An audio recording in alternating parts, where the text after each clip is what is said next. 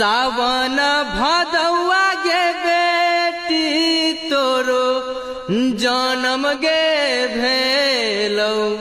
बारा दुख कैनी सारी गे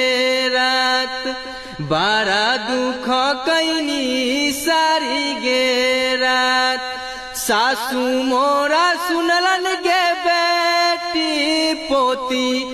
जन्म गे भेलै ठोकी लेलन बाजार गे केवार ठोकी लेलन बाजार गे केवार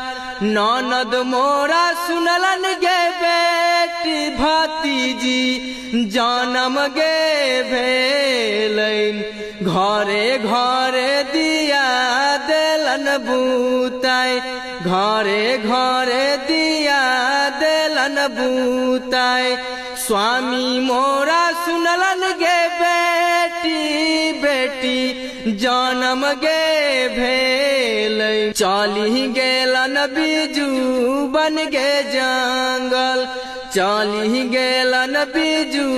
बन गे जंगल जेठरे बैसखबा गे बेटी बेटा जन्म गे भेलै बारा सुख कैनी सारी गे रात बारा सुख कैनी सारी गे रात सासू मोरा सुनलन गे बेटी पोता जन्म गे भेलैन खोली देलन बाजार गे केवार खोली देलन बाजार गे केवार ननद मोरा सुनलन गे बेटी भतीजा जन्म गे भेलै घरे घरे दिया देलन जाराई घरे घरे दिया देलन जाराई